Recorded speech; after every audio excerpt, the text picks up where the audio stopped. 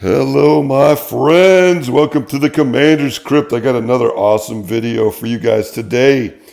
Sorry, I haven't posted in about a week. I caught the COVID, actually, and I've still got it. That's why my voice is all scratchy, but I'm feeling a little better now, so I decided to go ahead and make another video.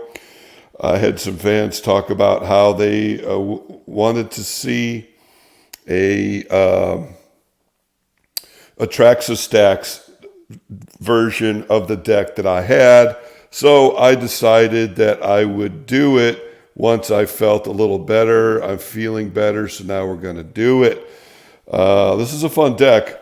I've been doing a more competitive EDH type of things on the channel.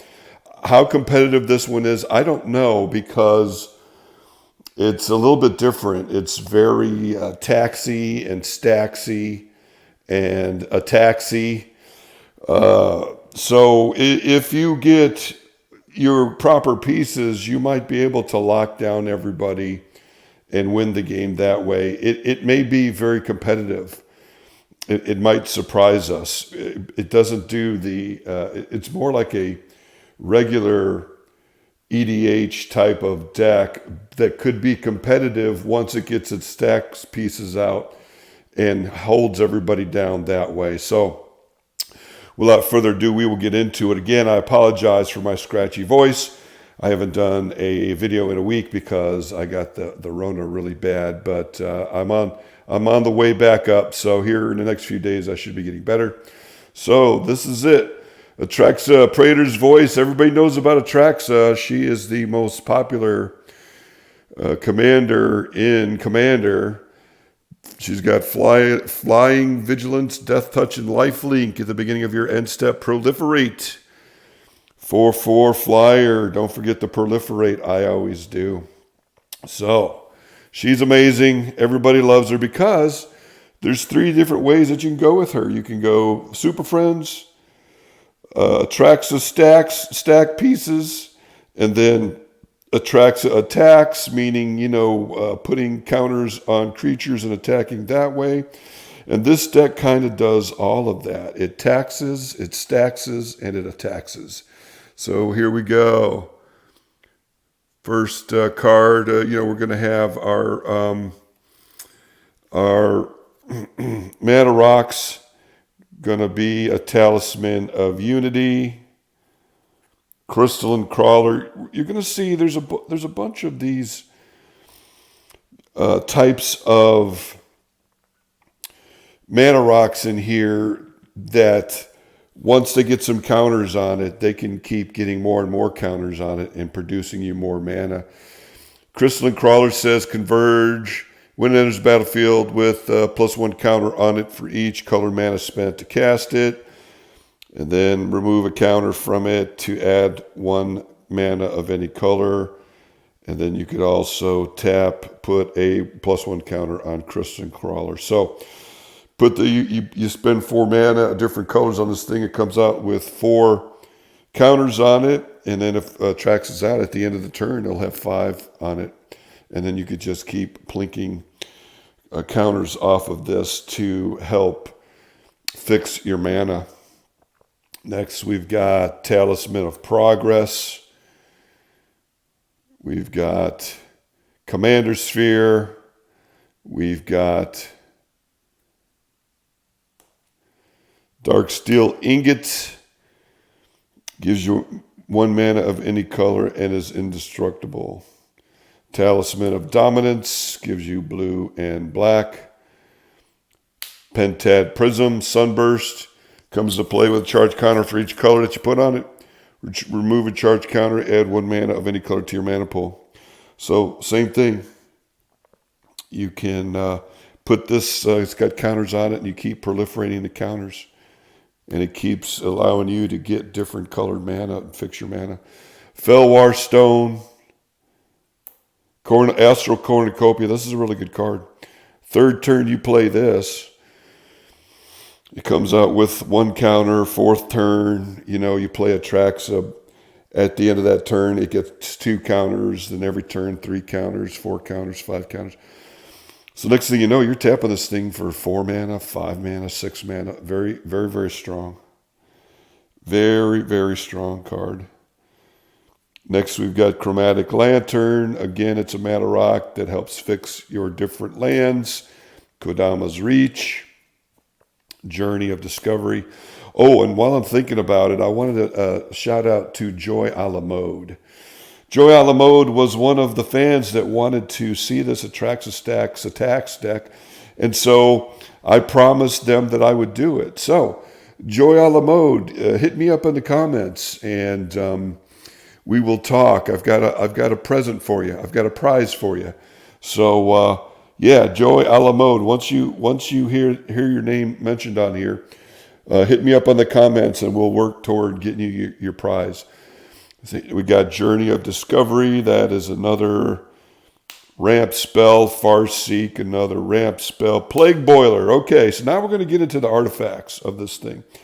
Plague Boiler is good if you have it in your opening hand and your opponents are getting ahead of you. You play this. If they don't have an answer for it, boom, it kills everything on the board, and you're right back to where everybody started with lands and stuff. It says at the beginning of your upkeep, put a plague counter on it. And it says green, black, 1, put a plague counter on it or remove a plague counter from it.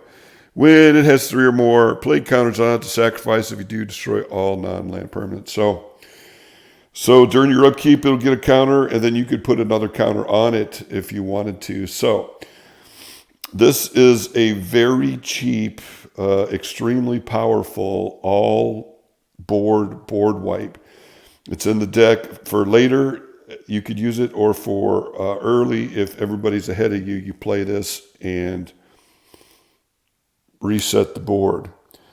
Bident of Thassa. This is in here. When a creature you control deals combat damage to a player, you may draw a card. And then it says 1 blue, 1 creatures your opponents control attack this turn if able. So this is another way, like heuristic study and other ways for you to start drawing a bunch of cards to get your pieces so you can slow everything down and shut everybody down. Heuristic study. Got a heuristic study in here again to draw cards. Citadel Siege. We've got this enchantment in here. What we do with this is we can use it to, if we choose cons at the beginning of combat on your turn, put 2+1 counters on target creature you control. So what you can do with that is you can put 2 counters on Atraxa, and now Atraxa is a 6/6. And then next turn, and then at the end of that turn, she'll get another, but she'll be a 7. Then next turn, you'll put 2 more on her. She'll be a 9/9, then a 10. So you can start whipping some butt with Atraxa with this deck and getting all that life and making everything big. You could also choose to put those counters on other Infect creatures that are in this deck, which I will show you. Then it says dragons. If you choose dragons at the beginning of combat on each opponent's turn, tap target creature that player controls. That's strong as well. That's also kind of a Stax type of situation. So depending on what's going on, you could help lock everybody down with this. It works well with everything else you've got going on this deck, which I will show you. Next is Contagion Clasp. Artifact for 2. When it enters the battlefield, put a +1 counter on target creature. And then every time you tap 4 and tap it, you get to proliferate. So that's pretty good. For 2 mana, you got an artifact out there that helps you proliferate. So if you got Atraxa out there in this too, you're going to proliferate twice. And if you've got Planeswalkers out there and people have Infect counters, they're going to get 2 or more per turn. It's going to speed the process up of you taking people out with Infect damage. Thematic Compass, very fantastic card. Artifact for 2. You get to search your library for basic land cards. And then when you get 7, it basically turns into a Maze of Ith, which gives you more protection. Spires of Araska. It says, Untap target attacking creature an opponent controls and remove it from combat. And it can also tap for 1 wingding. So there you go. Lots of defense in this deck. Lots of stacks in this deck. Smokestack, there it is. At the beginning of your upkeep, you may put a soot counter on Smokestack. At the beginning of each player's upkeep, that player sacrifices permanent for each soot counter on Smokestack. So, during your upkeep, you can put a counter on it, and then at the end of the turn, you can put another counter on it with Atraxa or with your Contagion Clasp or whatever, depending on the situation. And if you've got a bunch of dummies, a bunch of stuff that can be sacrificed that you can replace, which I will show you. There's a bit of Bitter Blossom in this deck. Then you can be killing 1 or 2 or 3 pieces of everybody else's board, but not your own. So there's Smokestack, Decimator Web, 4 artifact, 4 tap at target. Opponent loses 2 life, gets a poison counter, then puts the top 6 cards of his or her library into his or her graveyard. So this denies them resources, makes them lose 2 life, and gives them a poison counter, which you are then going to start proliferating with Atraxa and Contagion Clasp and other ways, which I'm going to show you. Oracle's Vault. Oracle's Vault also helps you draw cards. It's a 4 mana artifact. It says 2, tap it, exile the top card of your library. Till end of turn, you may play that card. Put a brick counter on Oracle's Vault. Tap it, exile the top card of your library. Till end of turn, you may play that card without paying its mana cost. Activate this ability only if there are 3 or more brick counters on it. So this allows you to draw more cards. And very quickly, within a turn or 2, you will have 3 brick counters on this thing. And now you're just drawing and placing things right onto your board for free. Next, we've got Contagion Engine. Contagion Engine is like Contagion Clasp, only better. For 6, it's an artifact. When it enters the battlefield, put a -1 counter on each creature target player controls. So you put this on somebody's zombie army, and then you put all those counters on all of their creatures, and then when you tap it, it proliferates and proliferates again. They'll get -3 that turn, and that's very devastating. So it double proliferates. So again, with Atraxa and this, you get to proliferate 3 times or more, depending on what else you've got going on. So if you've got poison counters on your opponents, loyalty counters on your planeswalkers, boom, boom, boom, boom, boom, boom, boom, boom, boom, everything's stacking up real fast. Transmogrifying Wand is an artifact for 3, enters the battlefield with 3 charge counters on it. With Atraxa, you can keep putting more charge counters on it. 1, tap it, remove a charge counter, destroy target creature. It becomes a 2/4 white ox creature. Activate this ability only as a sorcery. So, very strong. So, with Atraxa out and with everything else proliferating, this thing's going to have all kinds of counters on it. For 1 mana, you're going to be able to kill or hinder the biggest threats on the board. Very good card. Norn's Annex. It is an artifact. If you notice, it's got 2 Phyrexian white and then 3 creatures can't attack you or a planeswalker you control unless their controller plays white Phyrexian for each of those creatures. So there you go. That helps block for you and your planeswalkers. Makes it harder for them to get at your planeswalkers. Orb of Dreams. Permanent's coming to play tapped. It's an artifact for 3, so that slows everybody down. Tangle Wire, same thing. Artifact for 3, fading 4. At the beginning of each player's upkeep, that player taps an untapped artifact, creature, or land he or she controls for each fade counter on it. So what's going to happen is you're going to play this. You're going to play Atraxa first and play this. And then at the end of the turn, you're going to add 1 more counter to it. It's going to have 5 counters on it. when it gets to the next person's turn, they're going to have to tap 5 permanents. Meanwhile, when it comes back to you, you're just going to, tap the Tangle Wire and then tap the Orb of Dreams and tap the Contagion Engine, stuff you don't need. Or if you have any fairies out there, you'll tap that. It's going to jerk up your opponent's creatures and lands, but it's not going to hurt you at all because you've got a lot of permanents out there that don't mind if they're tapped or not. You could tap your smokestack.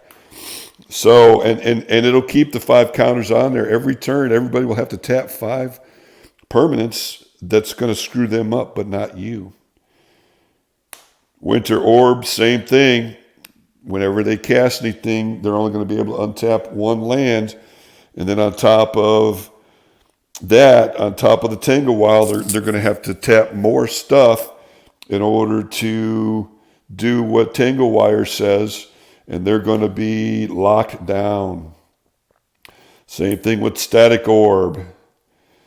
And Bitter Blossom. Like I was saying, Bitter Blossom is very good in this deck. It creates dummies that block, but then it gives you things to tap that you don't need to worry about.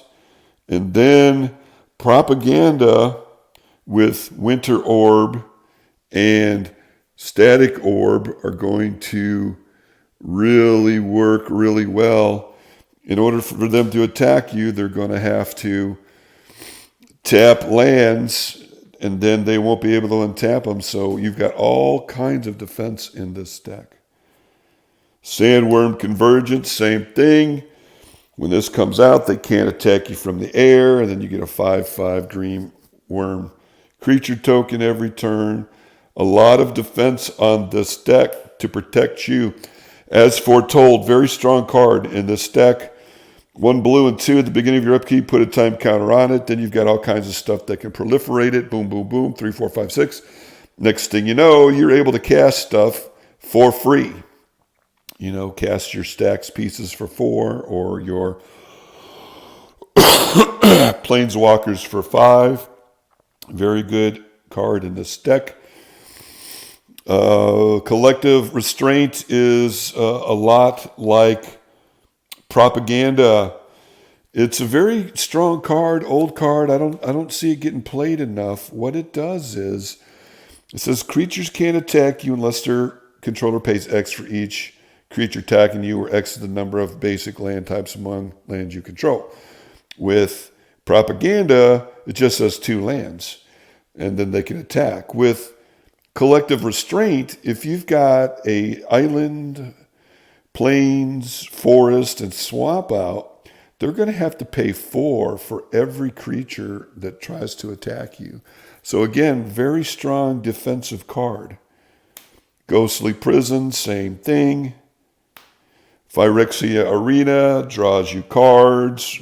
While you're locking everybody down, you're drawing cards. Dauthi Embrace, you've probably never seen this card before. It's actually one of my favorite cards. Dauthi Embrace is good in this deck for a couple of reasons. It makes your Infect creatures unblockable, but then with Dismiss into Dreams, it can just kill everything on the board. And I'll show that to you here in a second. Dauthi Embrace basically gives creatures shadow until end of turn for 1 black. And so it says 2 black : target creature gains shadow until end of turn. So that means that your Infect guys can get through, place those Infect counters on your opponents, then you proliferate them to death. And there is Pendril Mists.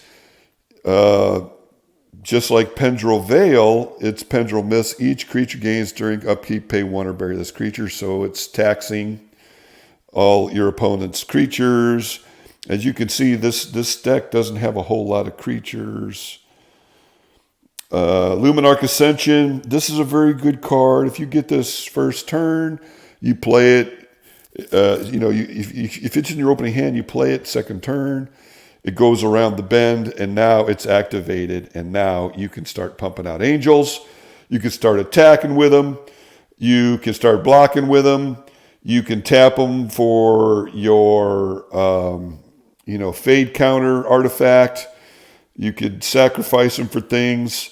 Very cheap, very, very good card in this deck. A lot like Bitter Blossom, but better in a lot of respects. So I've won many games with just this card early game, and next thing you know, I've got an army of angels out just flying all over the board, at will.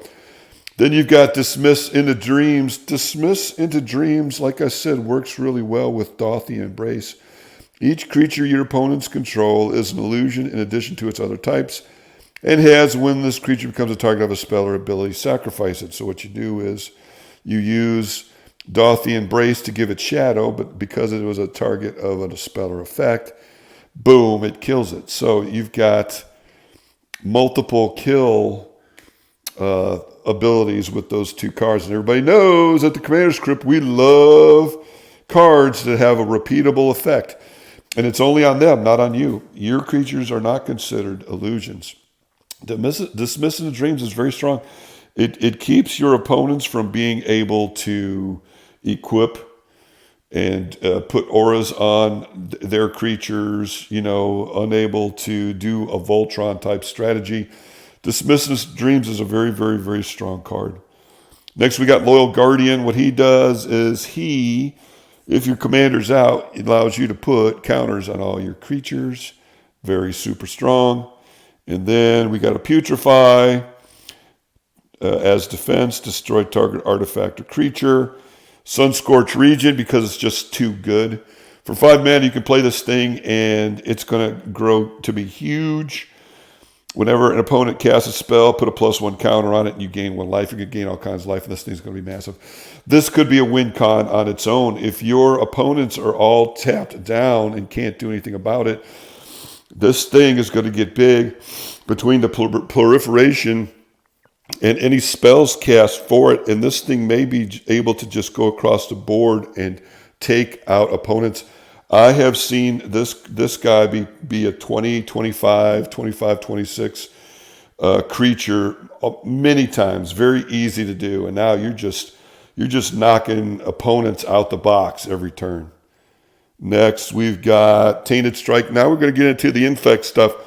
So if you got a Sunscorch Region out there or any other creature, you can use this instant to give him Infect. And if he's 10 or more, just before he attacks, just say that you've got effects before damage. Sling your Tainted Strike on him for 1 black. Gives him a +1 and Infect, and boom, you take somebody out just like that. It's a bomb. Blighted Agent. Infect, he's unblockable. So you can have him flying around every turn, touching somebody, and then proliferating the Infect. The poison counters. Ruminap Excavator. There's a lot of fetch lands in here. With this guy, you can keep just using those, dragging them out of the graveyard and playing them, thinning out your deck and putting out more mana.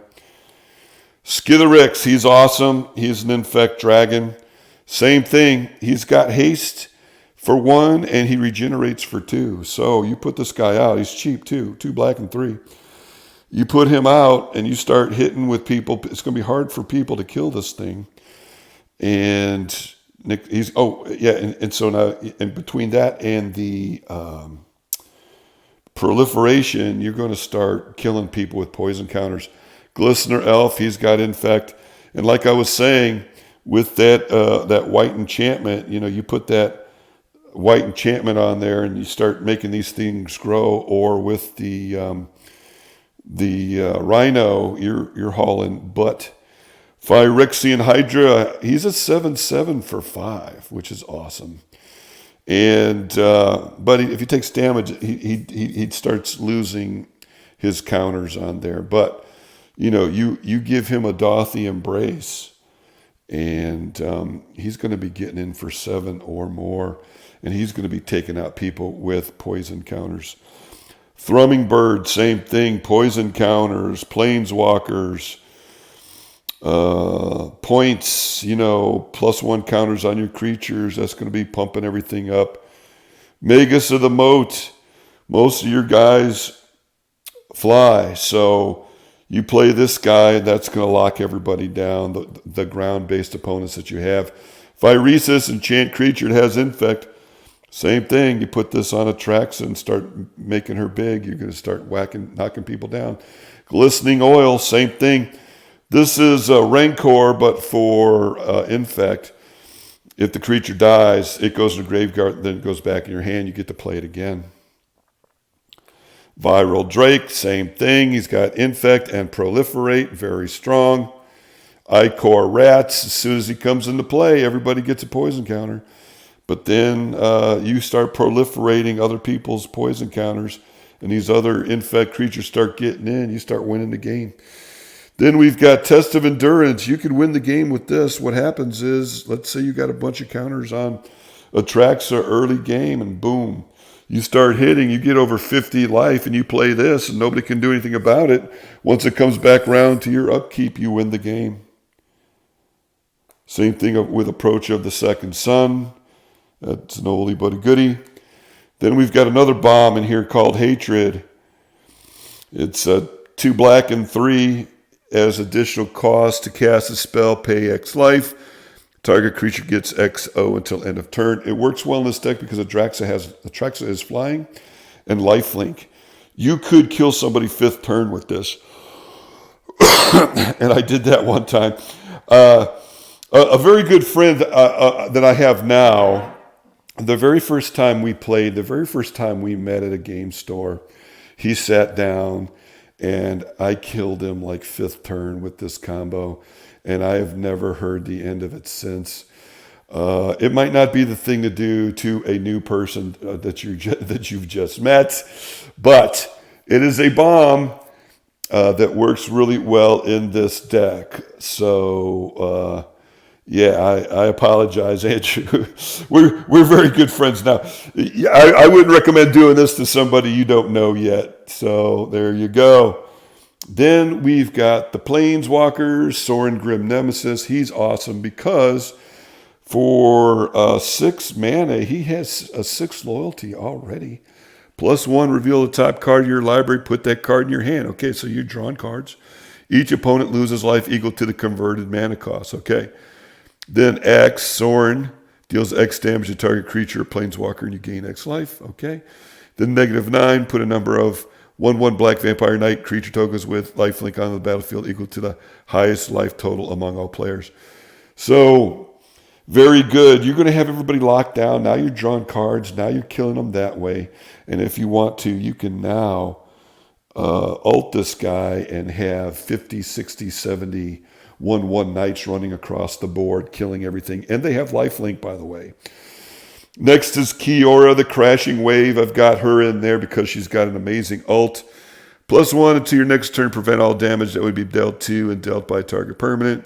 -1, draw a card. You may play an additional land. That's actually pretty good. -5, you get an emblem with at the beginning of your end step. Put a 9/9 blue Kraken creature token onto the battlefield. It's amazing when you pull this off. Every turn you're getting a 9/9 Kraken. I've actually double ulted her once where I had 2 9/9 Krakens every turn. Usually once that goes down, it's not too long until you win the game. Liliana, the Last Hope. Same thing. If you've got everybody locked down, they can't get at you, and you tick this babe up. Same thing. It's going to be crazy town. 2 black and 1. Up to 1 target creature gets -2, -1 until your next turn. Again, that works really well with Dismiss in the Dreams. You target something, and with Dismiss the Dreams, it'll kill it. Then it says -2. Put the top 2 cards of your library into your graveyard. Then you may return a creature card from your graveyard to your hand. Okay. Then -7 is really where it's at. You get an emblem with, at the beginning of your end step, put X 2/2 zombie creature tokens on the battlefield, where X is 2 plus the number of zombies you control. So every turn, more zombies. Next thing you know, 10, 20, 50 zombies all over the place. And that's another alternate win con in this deck. You'll have everybody so tapped down that you might be able to pull that off. Teferi, Temporal Archmage. Look at the top 2 cards of your library. Put one in your hand and the other on the bottom of your library. So you're drawing cards. And then -10, you get an emblem with, you may activate low counters of Planeswalkers during any turn as an instant. That's very strong. Dovin Bond. He's good because once you ult him, you get an emblem with your opponents can't untap more than 2 permanents during their untap steps. So that's already doing what your deck is already doing. It's all about locking down your opponents. And then that's it. Now we get into the lands. Core Haven. Add 1 colorless mana to your mana pool, 1 white tap, and prevent all combat damage will be dealt by target attacking creature this turn.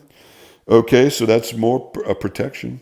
Somebody comes at you with a big ass Eldrazi. You tap this and you don't take any damage. Wasteland. With Ruminap Excavator, you could keep wasting somebody's non-basic lands. You could kill it, replay it with Ruminap Excavator, kill another land. Every turn, do that. Evolving Wilds, you could thin your deck and get a new land out every turn with Ruminap Excavator. Same thing with Mountain Valley, yada, yada, yada. So that's it. I hope you guys liked my AtraxaStax build.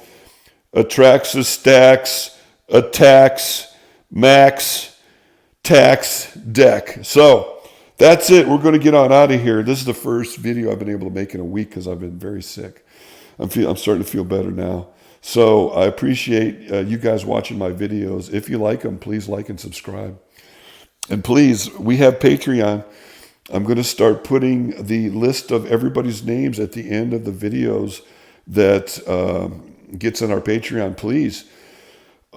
This takes a lot of time and work and effort. If you think we've done a good job, tip us $1 or $2. And so every month, give us a little tip. We absolutely love Commander here. We love doing it. We love talking about it. We love being it. And the plan here is to not just be another Commander channel. We want to be a Commander community. We're going to have all kinds of stuff. We're going to have stores. We're going to have a Discord. We're going to have raffles, ways to help each other, that type of thing. So, like I said before, if you're watching, if you're liking, if you're subscribing, you are my friend. We just have not met yet. I'm going to get on out of here.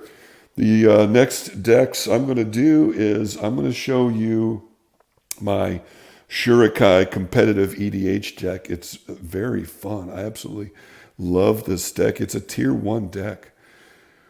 So that will be the next video that I will be doing. So I hope you had a fantastic Thanksgiving, and I hope you're having a fantastic holiday season. And we'll see you on the next Commander's Crypt New Orleans.